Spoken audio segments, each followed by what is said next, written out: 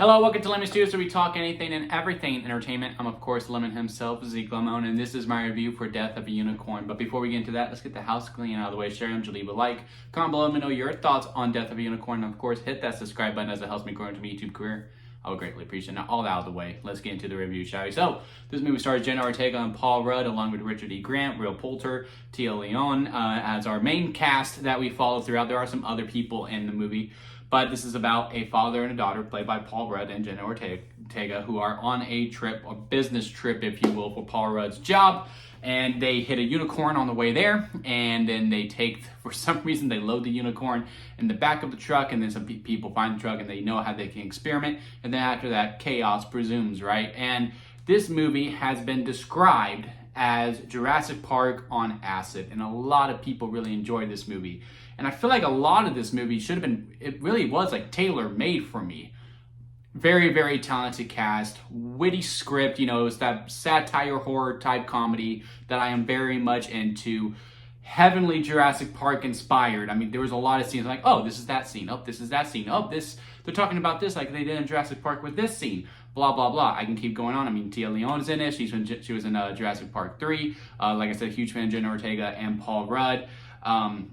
So everything this movie had going with it, A24 just distributed it. Y'all know A24 is one of my favorites. So I should be here really raving about this movie, how I am on the bandwagon, how much I love this movie. And y'all know me, Mr. Positive, who always really finds the enjoyment in all movies. I mean, my main criticism that I get for me is that I am not negative enough. And I guess here you go. You got your wish, because I didn't love this movie. I did not. Really, overall, kind of a disappointing weekend when it comes to films, because, you know, I did Working Man earlier, and I was really looking forward to that, and that kind of fell flat for me, and this movie fell flat for me, too. Now, that doesn't mean it's bad. This movie is not bad. I know we live in a day and age that if you didn't love it, you hated it, and if you didn't hate it, you absolutely loved it, and you think it's the greatest movie of all time. No, there is a realm in the industry where it's right in the middle, and overall, to me, this is a movie where I don't encourage you to go one way or the other. If you want to head out to the theater to go see this movie, by all means buy the ticket. I think you're going to have a good time with it. If you want to wait to watch it at home, I would say, you know, you're going to enjoy that. That's probably what's best for you to do. Watch it at home and you have a good time with it. That doesn't mean I don't think it's not a theater movie. I think it's more of a theater movie than a Working Man. Like I said, you know, with the Working Man, I do think, yeah, watch it at home. It's not worth going to the theater for. But for this one, you can go either way about it. I mean, the unicorns themselves are worth seeing on the biggest screen possible. But if you don't think it's going to be worth your time, then it's not. Wait for it to come out on streaming. And there are movies that are just made for that. And I think this movie is it. This movie is not boring whatsoever. I was thoroughly entertained throughout the whole entire film. I was laughing quite a bit. I thought, for the most part, the gore was pretty tame. There are a couple, maybe really just one scene where I feel like, oh, wow, yeah, they really went for it on there. But I am probably really, like fizzled out when it comes to gore due to how much movies I have seen. I mean, hell, the Terrifier series, that now when some things happen, I'm just like, oh, well, that's pretty tame compared to other things I've seen. So take that with a grain of salt, but I think overall the R rating is very, very tame. It's just one of those things where, like, yeah, you know, there's some blood and they cuss. That's really all it takes when it comes to the R-rated scenes within this, and I guess there's drug use too. But, you know, I was thoroughly entertained throughout. The performances are all amazing. I mean, like I said, it's a stellar cast throughout. I mean, Will Poulter is probably the main standout of all of them. But for some reason, when this movie was wrapping up and it was getting finished, you know, you feel the runtime. I don't think it overstays its welcome by any means.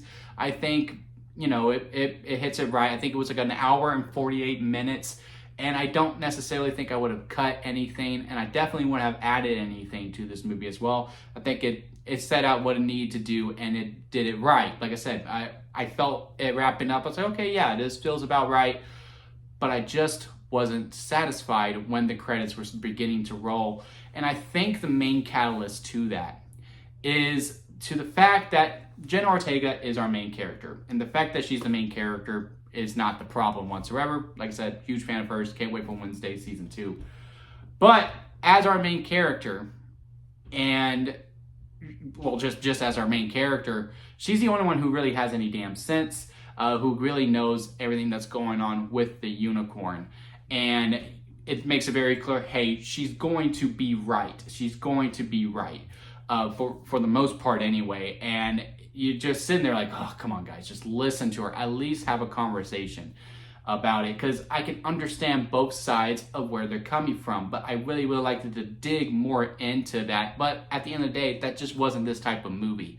And sometimes the execution that you set out, even though I can admire, hey, this is what you intended to do, I don't necessarily have to like that decision. I think some of those decisions I just wasn't a huge fan of, like when it comes to these elitists. If you are a very successful person and you are able to live in these luxurious mansions and be on this islands where there are, very rare animals on there, so on and so forth, gigantic mansions, all that, you make all this money.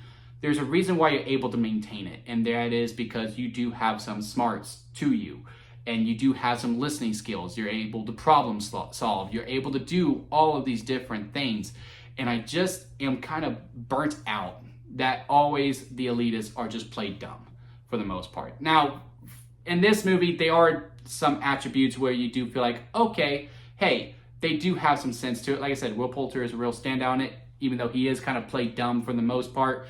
All of them are kind of played dumb for the most part. There are some moments where I'm just like, okay, at least I can see why someone would follow you in some aspects of that. And I think they also failed on that too. It's just like, yeah, just because, they have money so people follow him. And I'm just like, man, I just don't know about that fully. People are much more complex. There needs to be a likeness to them to show the shortcomings of them later. And again, I just really wish that with these elitist characters, which again, I understand why it's easy to make fun of and that they're fun to make fun of because it does seem like they don't pay attention. There are a couple scenes in this movie where I'm just like, I've literally had this exact conversation with someone who is much higher than me, where I'm like, no, that's not what I meant whatsoever. Wait, you want me to do that? But no talking once. There's a scene that has a presentation, no spoilers or anything, that, that someone is going to present to someone and one of the elitists comes in and goes, oh yeah, that's nice. Hey, do this and do that. Has nothing to do with their overall goal. It's just some things that they want purposely in it, but has no input on the whole project whatsoever. Just say, hey, do this paper. Don't do that paper. And it's just like, yeah, I've had that conversation. And then also when the presentation happens and they're just like, yeah, you're not making things very clear. They're not really letting them talk. I'm like, I have been in this exact situation before. And again, it feels very, very real. But at the end of the day, they do have some strengths to them. And I just don't think they really showed those strengths besides, we're rich. But again, at the end of the day, this was a satire movie. And that's not the whole point, was to show complex character development. It was, a joke. And that's just what it was. And after a while, it just got a little bare bones to me, and it wasn't as funny as it was when it first started. And also, Paul Rudd, who's supposed to be our second main protagonist that, we're all supposed to cheer for with Jenna Ortega, and his motivations do become clear as we start to get to the end. But at the same time, you're still very frustrated with him too. And when you're only cheering for one character and this is a true ensemble piece for the most part, with one person you really follow, again, it's just a very, very frustrating experience in some aspects for it. But yeah, overall, again, it's fine. Like I said, I was thoroughly entertained throughout. Even though I am dogging on it quite a bit, I had a lot of good laughs throughout the whole movie. There were some very, very good jokes within it. Again, the unicorns to me are the price of admission for a movie ticket alone. They look really cool. They do a lot of cool stuff in the movie as well. I think the unicorns are the star for the most part. I think the direction was good, and I think the execution for what they wanted to do was good. It just didn't hit for me personally due to things I just explained before. So yeah, if I had to rank this on the lemon scale, where it goes sour lemon at the bottom, expired store-bought lemonade, a lot of bad, but hey, there is some good. Store-bought lemonade, hey, it's good, but there's some bad in there. Lemonade in the middle, it's a movie. Freshly squeezed lemonade, where there's a lot of good, very, very minor nitpicks, and then freshly squeezed lemonade at the, not freshly squeezed, strawberry lemonade at the very top, because that is the best kind of lemonade.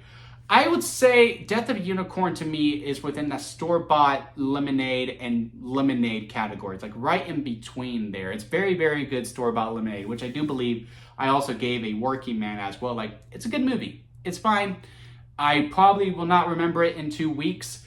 Would I watch it again? Sure. Am I going to make a rush to go out to see it again? No. Do I care to see it in a theater again? No. But again, if you come to me and you say, hey, I'm thinking about going to see Death of a Unicorn in theaters, I'm just going to go, you're going to have a good time with it. Or you're like, hey, I saw this trailer. I think I'm going to wait for it to come out. It seems more like a streaming movie. I'm like, hey, man, you're probably right. It's definitely one of those types of films. I just really wish I loved it more, because I really do think this movie was tailor-made for me in a lot of ways. But again, sometimes the execution just doesn't work for you, and that's okay. But what did you think of Death of a Unicorn? Comment below, let me know your thoughts on it. Leave a like if you made this far within the review. I do greatly appreciate it. And hit that subscribe button, as I am trying to go into my YouTube career. And until next time, guys, I'll see you here at Lemon Studios.